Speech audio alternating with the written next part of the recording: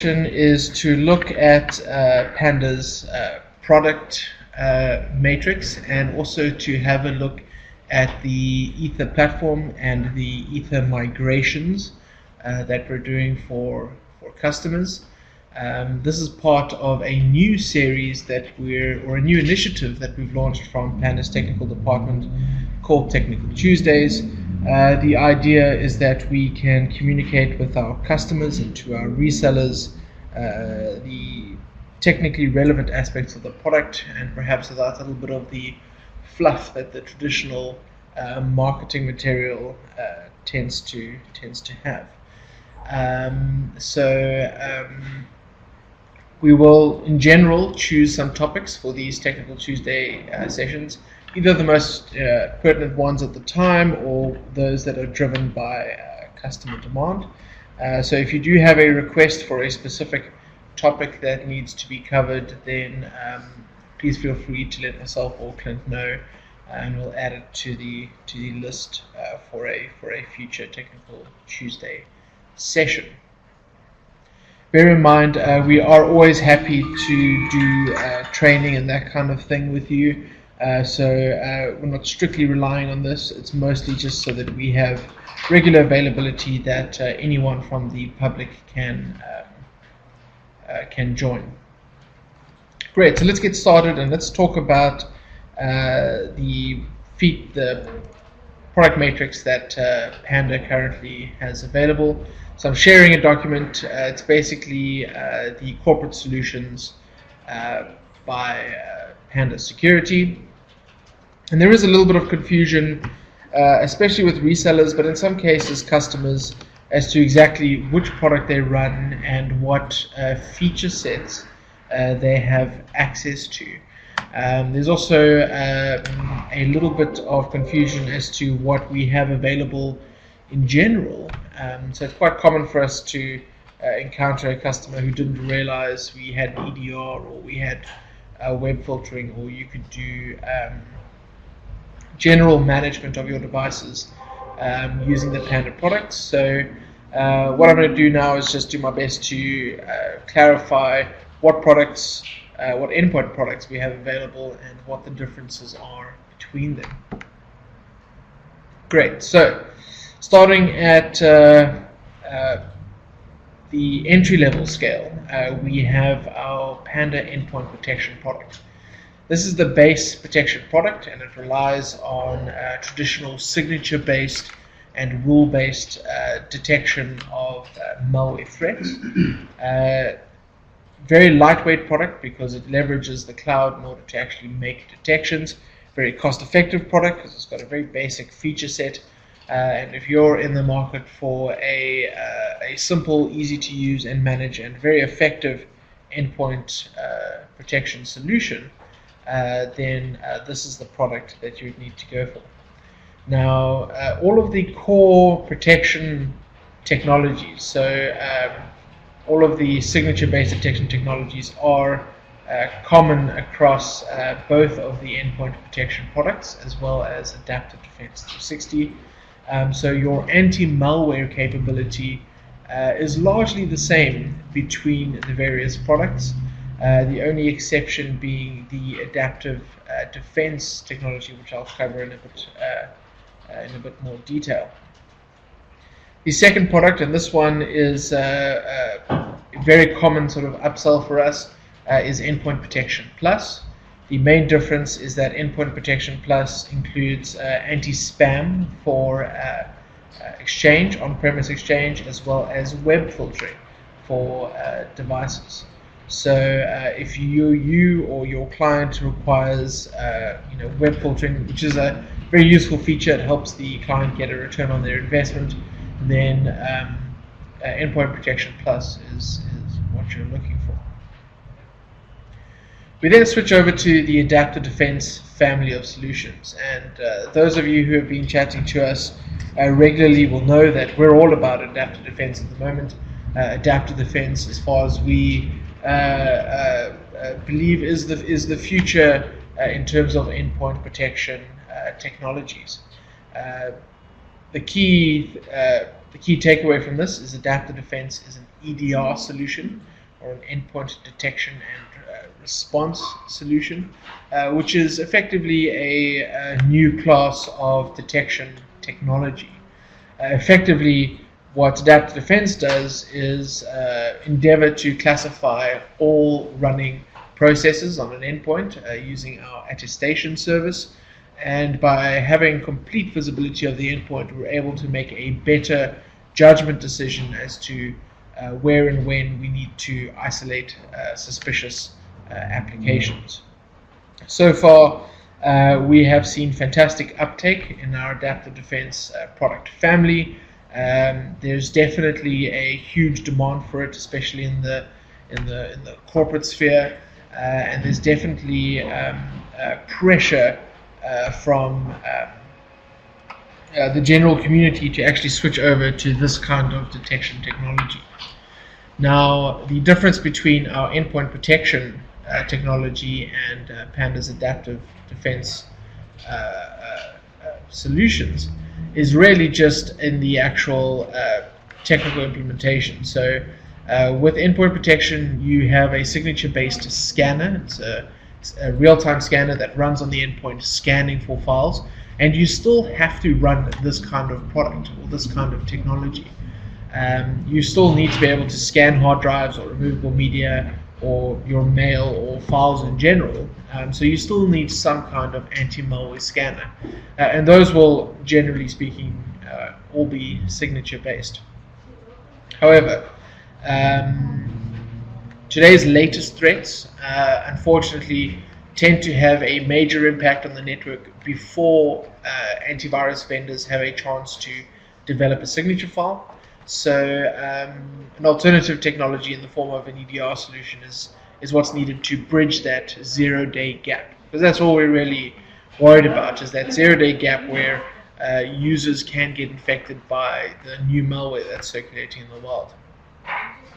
So an EDR solution covers that gap. Our EDR solution is Adaptive Defense. Now, Panda's vanilla Adaptive Defense product includes the EDR component, and it's designed to run in conjunction with a third-party endpoint protection product. So if you are a customer or a reseller and you're not and you have a client that's not running endpoint protection or endpoint protection plus, say for example they have McAfee or Kaspersky or something like that, then the product that they're likely to be needing is just the Adaptive Defense solution. This can be run as an additional layer over and above their existing endpoint protection product.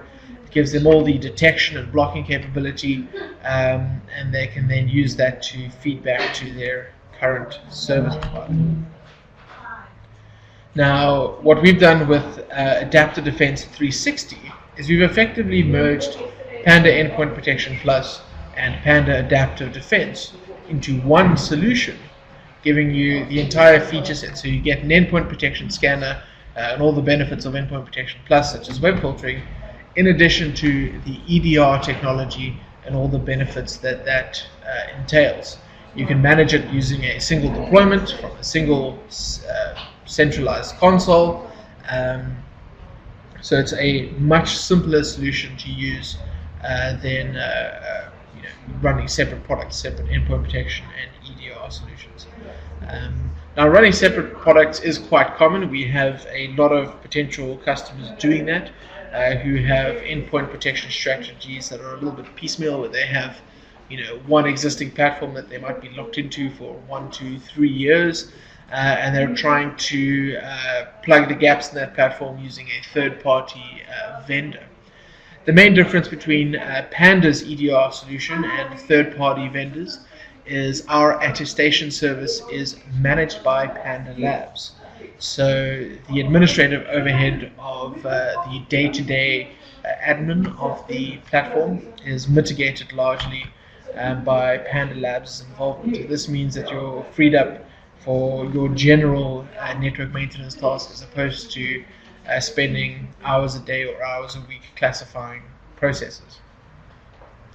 So far, Adaptive Defense 360 has proved to be a fantastic product. In fact, here at the technical team, we rarely do malware cases. The data that's gathered by the Adaptive Defense team and the Adaptive Defense service actually helps us feed back to the signatures that we develop for the endpoint protection products. So there's quite a nice feedback loop there, which means that we rarely deal with customers who have rampant malware infections or network worms, that kind of thing. Generally speaking, the technical department is actually a bit more free to do commercial engagements and a bit of evangelism in terms of the new kinds of technologies that we have in the market. Adaptive Defense, if you are a Panda client, is available for a trial. You just need to contact us. We can enable it. There's no deployment or additional licensing. We can show you the product. You can try it out for a month. It'll be fully functional, and you can then decide if it's something that you guys need. Now, there's another product which doesn't fall under our security or endpoint protection banner, and that is Panda Systems Management. You'll actually see there's no sort of indicators here for protection features, and that's because Panda Systems Management is an entirely separate class of endpoint product. Now, we pride ourselves in being a cloud-based vendor where we leverage the cloud to do a lot of our, in the case of our protection products, our detection and our management. And we've really just extended that functionality to a cloud-based device management solution in Panda Systems Management. Now, systems management is a very broad spectrum product. You can get access to all your traditional remote access and remote support services. You can also do things like inventory and auditing, patch management, which is a big thing, and there's more on patch management coming a little bit later, as well as your scripting and software deployment, your help desk and ticketing. There's a whole bunch of features associated with your general endpoint management that systems management delivers. You manage the product through the same single sign-on portal. So if you are licensed for systems management or you'd like to trial it, it will just be available to you. You can just click through to it, and from there you can actually do your endpoint device management. You can also do your software deployment. So if you had a systems management deployed, you could then use that to deploy other Panda solutions or even third-party solutions if you're running another product. The value for money for systems management is absolutely fantastic. It pairs really well with our endpoint protection product, and you really get a lot of bang for your buck in terms of management features. It's also a very effective centralized console where you don't need to do any additional network setup or any infrastructure setup on you or your client's environment. The agents all report back to the web console independently, so it's great for managing distributed networks or networks that, say, for example, aren't in a domain, so like workgroup environments, that kind of thing. On the same note, it's actually just as suitable for larger networks, even if they're on a single site. It gives you one level playing field on all of your endpoints to perform your general maintenance tasks. Systems management, it's really worth making sure that you're familiar with what this product offers. You don't have to license it the same way you do with your endpoint protection. Endpoint protection, it's strictly it's one device per license, and all the licensing is like that.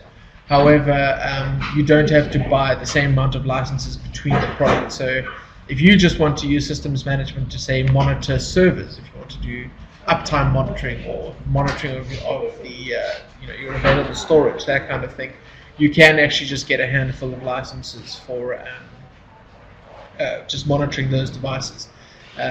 Or if you have remote devices that you need to track, that kind of thing, you can just get a subset of licenses to do that. If you do have any requirements around endpoint management, remote access, that kind of thing, or if you'd like to consolidate a bunch of your auditing and remote access and inventory tools, then chat to us. We'll do a guided walkthrough of systems management for you. You never know, you could potentially just save some money by consolidating a bunch of your different services. Now, we have a product called Panda Fusion, which is actually a fusion between Panda Systems Management and Panda Endpoint Protection Plus. So it's one license that you purchase, and you get quite a good discount in terms of pricing for the actual Fusion license, and that gives you the best of both worlds. You get your endpoint device management and you get your endpoint protection bundled into one license, and you can then use both products on your devices, and you get access to obviously all the features. And then lastly, we bundle systems management with Adaptive Defense 360 as well. Again, it's just a licensing thing. By being able to license the two products together, there are savings to be had, and you get the benefit of all the features. What I will do is, following this presentation, we will send out this document. It is a public document, so you will have access to it later on. You wouldn't need to necessarily keep track of this. Just from a supported operating systems perspective, XP Service Pack 3 is generally the safe bet for Windows-based services.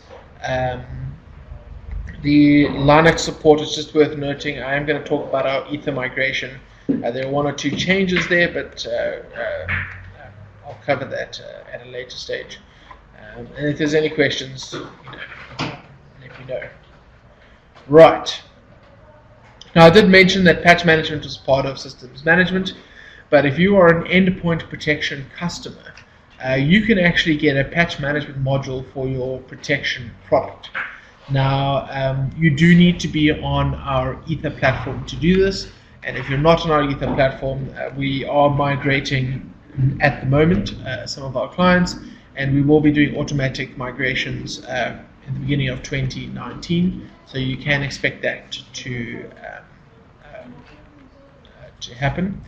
And if you are a larger client with, say, 300 plus licenses, we will do a managed migration for you, where we sort of create a plan for you to actually do your migration and then help you facilitate that process. Anyway, patch management is quite frankly the easiest patch management solution to use. Again, there's no local infrastructure that you need to set up. If you have an endpoint protection product, we can simply enable a trial license for you. The devices will audit their patch status and report back to the console, and you can then get from a centralized point an idea of where you are missing patches on your devices. We can not only do Microsoft patching, but we can also do patching of hundreds of third-party applications. So all your common stuff, everything from iTunes to Java to all of your web browsers, we track the versions that you are running, and using that we can actually patch those as well. It's all part of the all of that patching process is managed by Panda, so we will update versions for third-party applications as they become available. Literally a super simple and effective patching platform, and I'm pretty confident you can train a 2-year-old to use this. So there's really no excuse nowadays for not patching. It's a critical aspect, especially as the industry takes a much closer look at security in general. There's now a large emphasis on making sure that your patch status is up to spec. So definitely something worth checking out. Cool. The Advanced Reporting Tool. This is an add-on that's available for our Adaptive Defense family of products. If you need additional insight into effectively everything that happens on your endpoints from a process logging perspective, then the Advanced Reporting Tool is for you, really. We will track all of the actions taken by processes on your endpoints. We then pipe that through to a cloud-based DBMS effectively that stores all of those what we call action tables. It's effectively just data sets of certain classes of process action, and we then store that you can actually do your own analytics against it. We have also built a few of our own queries so that you have a sort of starting block that you can use to get an idea of what your data actually represents.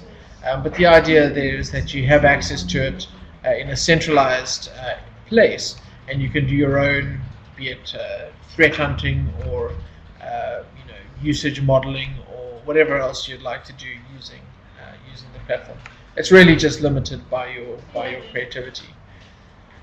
So the advanced reporting tool, if you are a client that has sensitive data or would need some kind of auditing of your users or your devices at a later stage, this is a tool that's worth checking out. Again, you just need to be on an adaptive defense product to leverage this. Same thing with our data control module. Unfortunately, this isn't available in South Africa yet. It is something that was released in countries that need to be GDPR compliant. And yes, there are companies here that need to be GDPR compliant as well, but just the customizability for our region isn't there yet, but hopefully we will have it in the not too distant future. This module just allows you to track effectively data leakage from your endpoint. So it monitors the kind of data that your users are accessing, reports that to the console, and then generates metrics based on that. Right, Seam Feeder. Seam Feeder is again part of the Adaptive Defense family of add-ons.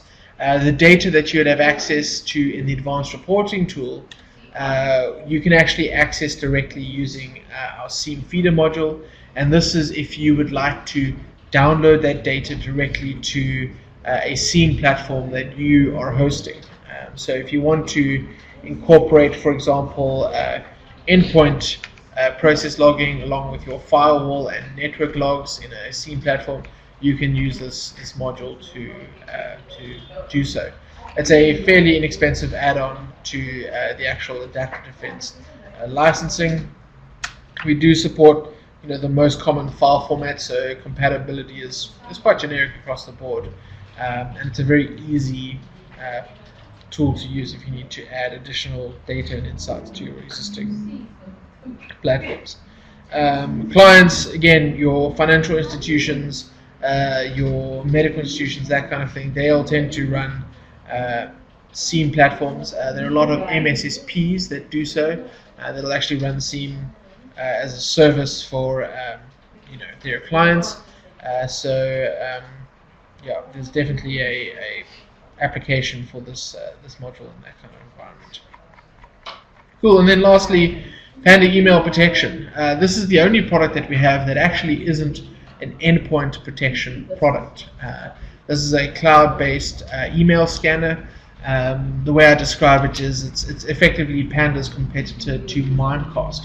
Most people know Mimecast, and effectively this is a platform very similar to that. The only major difference is this platform doesn't do the archiving. It does all the anti-spam and all the protection features. It just doesn't have archiving yet. What email protection does have, and this is a recent addition to the platform, is the anti-impersonation protection. There's been a sort of a wave in the last sort of couple of years of a type of, I guess you could call it spam, but it's not really spam. It's effectively just a form of phishing, type of spear phishing that targets individual users, usually specifically or by name, and attempts to get them to commit or attempts to commit fraud by having the user perform unauthorized actions, generally with financial resources from a company. So we've now implemented a technology which can actually detect those kinds of emails and will flag anything that's represented externally or it's trying to represent a local mailbox from an external source. It's proved to be quite effective. We've had some positive feedback on it.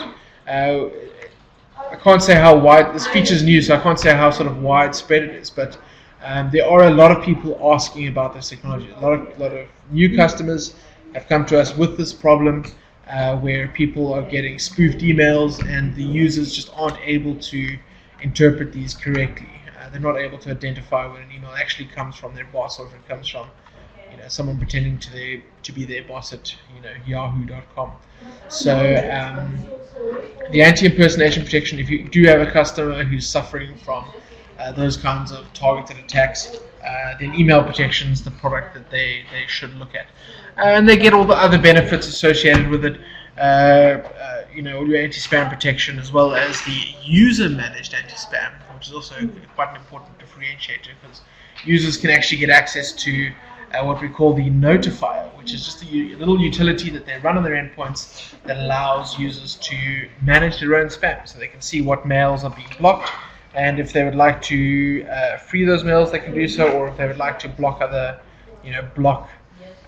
messages that are coming through, they can do that as well. So it's a great platform if you would like to give the management of your anti-spam service to the actual endpoint. Great stuff. Okay, so that covers effectively the product family that we currently have on offer. They're all cloud-based. They all use our single sign-on console. They're all available for trial. So if there's any interest in any of these products, then please feel free to let myself or the customer service team know, and we will be happy to set up a evaluation for you. Great. There's no questions in the chat yet. Just feel free to drop any queries down there. And if they're relevant to what I'm talking about, I'll answer them straight away. Otherwise, we will do Q&A at the end if there's anything specific. Great. Okay, so I've mentioned something called our Aether platform. And I'm going to do a bit of work just to share what Aether is all about, and then talk to you a bit about the migrations to Aether. Now, the Aether platform is really just a code name for the new back-end infrastructure for our protection products. So what we're talking about here really just, it excludes systems management and excludes the email protection products. But everything else, our Endpoint Protection Plus, and Adaptive Defense family of products will all be affected by this. It's a back-end change, so it's the cloud console that you log into that's actually been upgraded to this new Aether platform. Now I'm just sharing a document with you here. This will have some of the major benefits.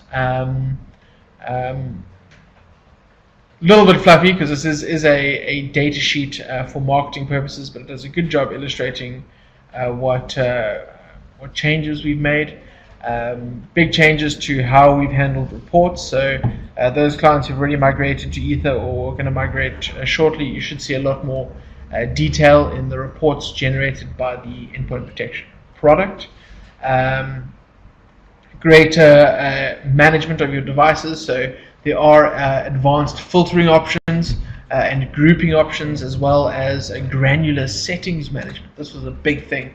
The settings management, although fine and effective in the old product, it was very difficult to create, to do granular settings for specific, users or specific groups, and you ended up having a whole lot of profiles which you need to sort of carefully manage which groups they were assigned to and which endpoints were assigned to those groups. So what we've done is we've actually split up the profiles, as one would know them, into sections. So we will have your protection settings, and we will have your network settings, and we will have your your patch management settings, and they're all sort of split up into separate groups. So if you just need to have one bunch of network settings for your entire network, then that's all you need to have. You would have one network profile, it's assigned to all your devices, and they work. And then you can just worry about changing your protection settings to match whatever you'd like for your different groups. You can do the settings by group or by specific endpoint as well. So if you have an endpoint within a group, you don't have to now create a subgroup for that endpoint. You can actually just specifically change that device's configuration.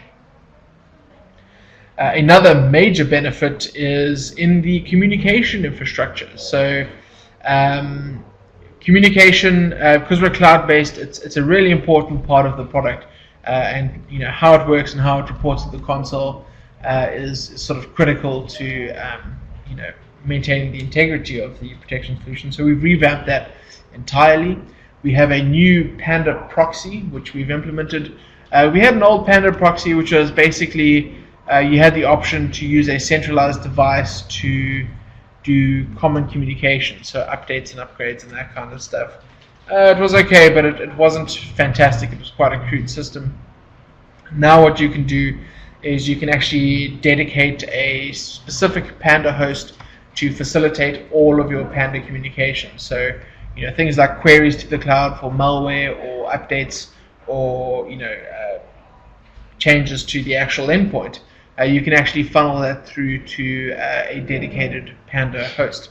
It's great for customers who have no internet access. So if there's a call center or something like that involved, it's a great way to use that. Also, if you want to tightly manage your bandwidth consumption, the Panda Proxy is a great utility to use. So that's also available in Aether. The other major communications change is we now actually have real-time, or effectively near real-time communication with the endpoints. With the old product, we relied entirely on the endpoint agent to phone home to the console and then to download any settings changes or configuration changes that may have been made. But now with the new console, effectively the agents will hold a socket open so that the console can actually communicate or can actually push changes through to the endpoint whenever the administrator makes them. It's quite effective. So within a few seconds of making a change and actually committing it to your console, your endpoint will actually have downloaded and received that new configuration. Also, if you have an incident, so if you want to lock down your device, or if you would like to see detection statistics, that's also now instant as well. So it's not going to wait for its next sort of update cycle to send detection logs, that kind of thing, to the console. Real time, this is a big one for a lot of customers. They really wanted real-time communication. Now we have it, and it works great. It's fantastic. So you can definitely look forward to that change. All right, hardware and software on every machine. So we do store a lot more data about the endpoints in the Aether console.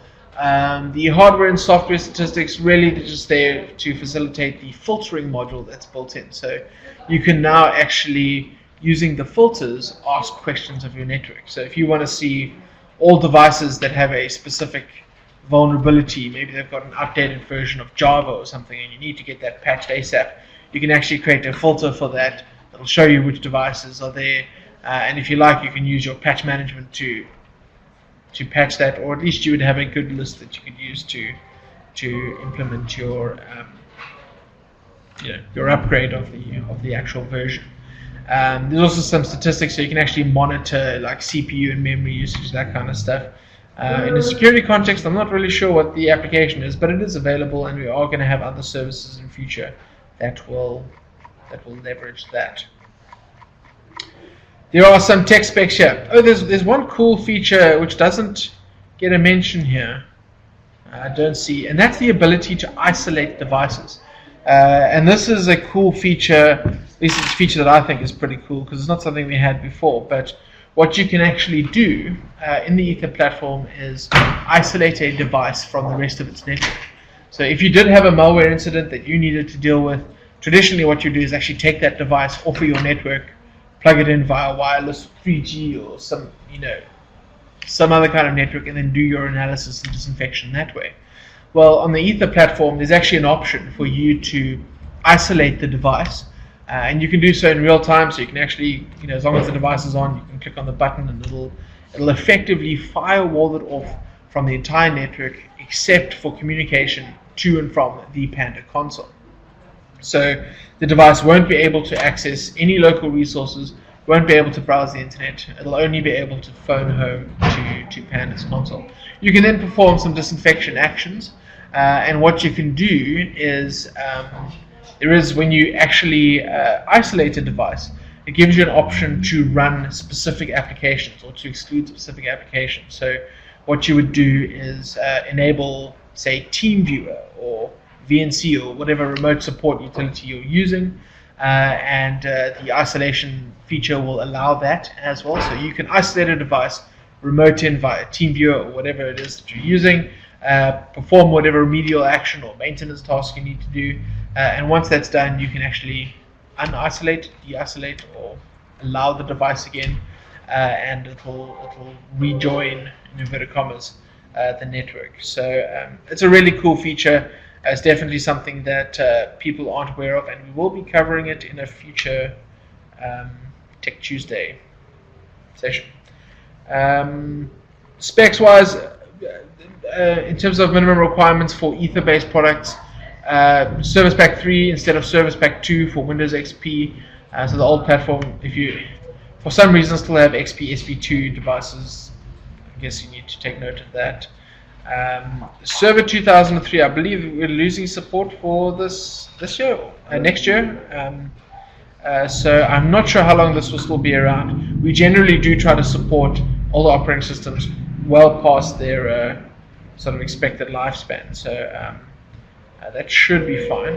And then with Aether, if you are running it on Linux-based devices, slightly limited Linux support, but we are adding to that as we do the certification. So this is going to change rapidly. I wouldn't, if you do have a specific distribution that you'd like supported, run it through us. We'll do our best to give you an update on the status in terms of that distribution certification, and if necessary, help you get all the dependencies and that kind of stuff set up so that you can run the protection.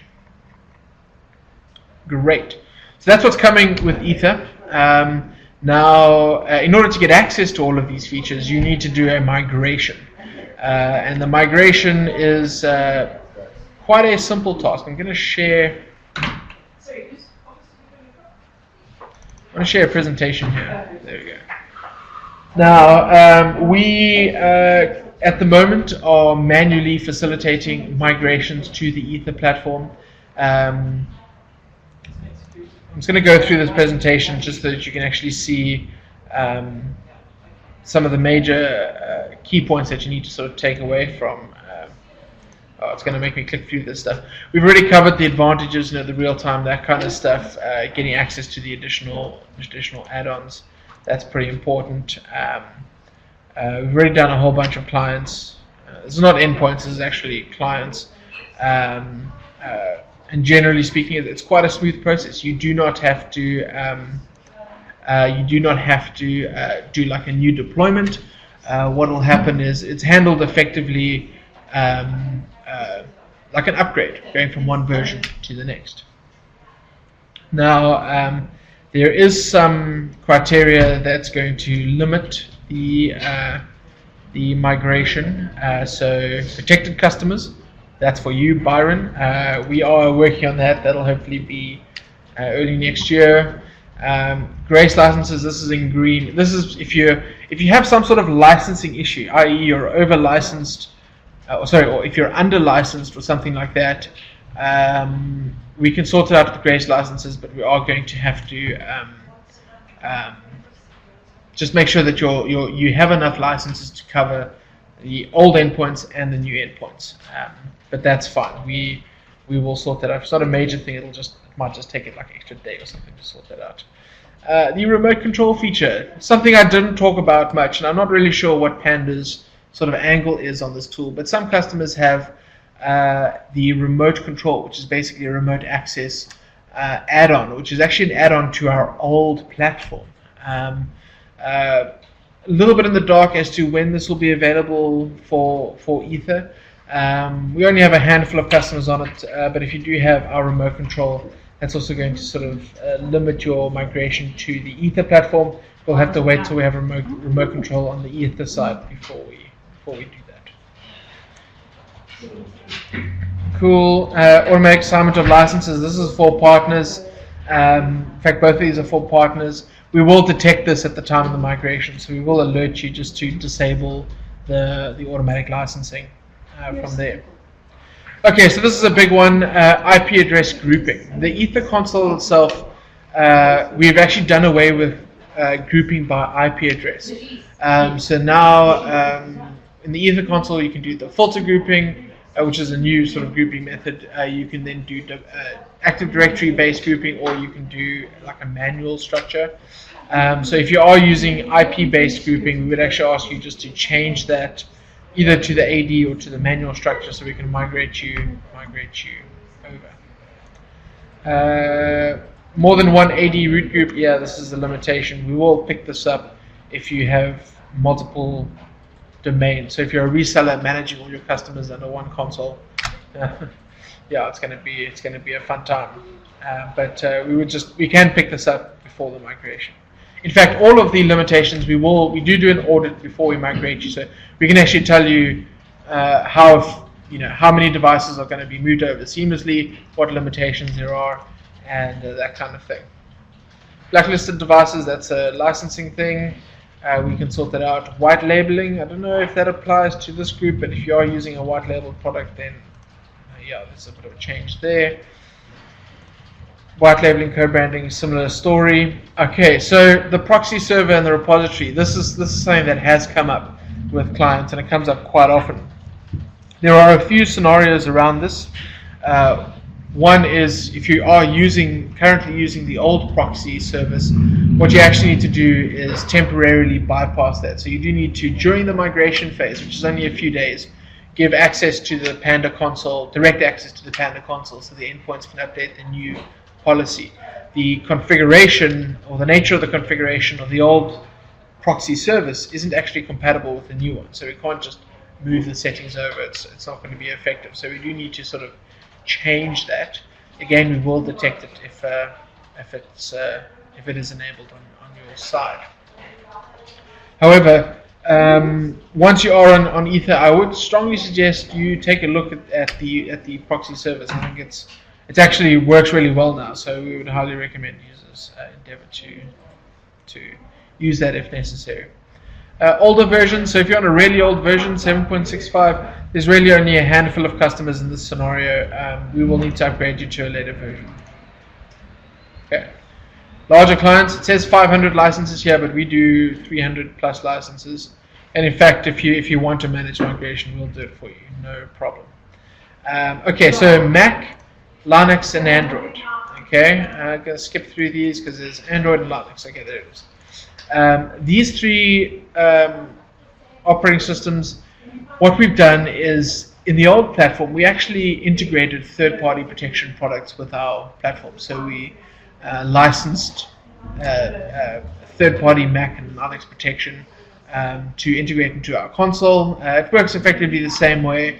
However, with Aether, we've developed a Panda-specific version of the Mac and Linux protections, which means that the entire product base is completely managed by our development team, and they can leverage the exact same detection technologies, which is the main thing. Panda's cloud-based detection model is just that effective that we wanted to make sure all the platforms can leverage it.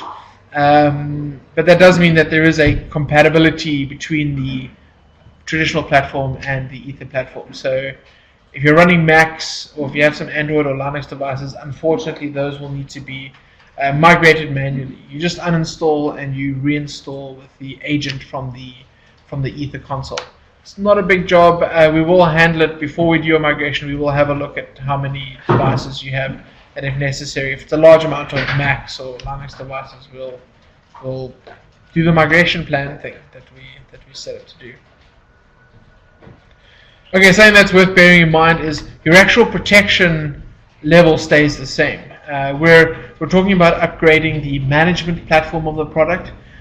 So if you are still on the traditional platform and we're not migrating you for some reason at this moment, you're not losing out from a protection perspective. You have exactly the same kind of coverage and performance of the actual protection technology.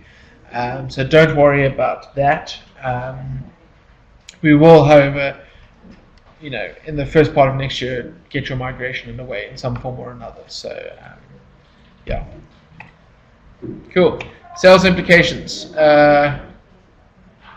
You guys don't really need to know about this too much. This is just the steps. I think actually I've deleted the wrong slide here. There's supposed to be a slide here that says the phases of the migration, and the sales implication is supposed to be deleted because that's just how we do licensing for Ether. All right. What you need to know during your migration stage.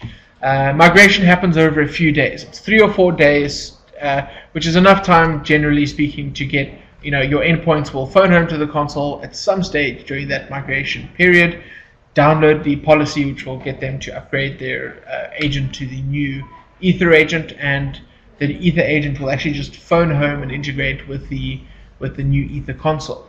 Now, during that period, you get access to both. So you'll actually see that there's 2 icons, one for the traditional platform and one for the Ether platform. So you can access both, and you can actually see your devices migrating from one to the other. So you will have coverage on both platforms throughout the process, and you can then track your performance. We also track it on our side as well, and send out a mail if it comes through. Cool. The content that's migrated, so everything else effectively, so your settings and your exclusions and your configuration for your protection features, that all gets migrated along with all of your profiles. All those profiles that you spent time sort of creating, we will migrate those over. So you don't need to sort of reconfigure anything. The group structure for the endpoints will also be mirrored on the Ether console. You may want to revamp that. Like I say, we have done a bit more work with the profiles and the grouping. So if there's ever a time where you do like a console audit or something like that, this is probably the best time to do that. Just make sure that you do indeed have the correct organizational structure in place and the correct policies for those devices. Right, what actually happens? Well, it's effectively just an agent upgrade. We do agent upgrades a few times a year, and this is just one of them. This happens to have a major change. Old agents is uninstalled. The protection is upgraded if necessary. Shouldn't really. And then the new agent's installed. Don't know why that last line item didn't appear. Interesting. Okay. But yes, after the old agent's uninstalled, the new one is effectively deployed. All right. There are some limitations in terms of what we do and don't migrate, and it's generally your detection information. So all of the logging, we store logging in the old platform for 30 days anyway. So the stuff does eventually get deleted. If you do need your last month's worth of logging, it's a good idea just before the migration or on the migration day to actually just set a scheduled report that will mail through all the detection information, that kind of thing, through to you, so that you do have a record of that if necessary. But effectively the logging data changes in Ether as well, so it wouldn't be 100% compatible anyway. Yeah, this stuff we won't be able to migrate. Okay, demo. We won't really have time for a demo. We're already slightly pushed, but as you can see, this is the traditional platform. These are our users that are involved. We've also created a migration test profile with some settings. Here's this image. Okay, we've enabled some settings. Here's our web filtering. This is something that you typically see if you're doing web filtering for your customer. And then what we do is we migrate you.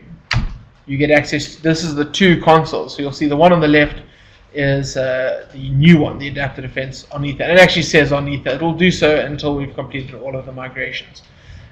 Very important that you don't make changes in the old platform. So if you've got to deploy new machines, or if you need to make settings changes, once the migration starts, we don't migrate any changes that you make. So any changes you make will only reflect on the old platform and will only affect whatever devices are still left there.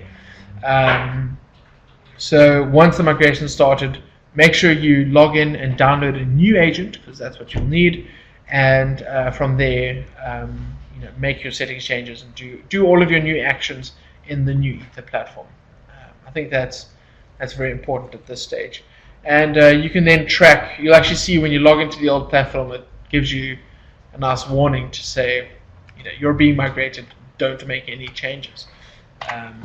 That's it. Pretty simple. There, as you can see, all the stuff. There's our test profile that's been migrated over, and the various configurations. We're in hardening mode. You'll see there's a whole new look and feel to the actual Aether console. There we go. Right, we run slightly over time. There was quite a lot for us to cover. Thank you very much for sticking with it. Thank you very much for joining. We will send out an email with the recording and also the documents that I covered. If there are any questions, we're a little bit short of time, and unfortunately I do have an 11 o'clock, but please send those through to me if there is anything you want me to clear up. And then hopefully we will see you guys again next week, Tuesday. We are going into a bit more detail on some of the actual products specifically.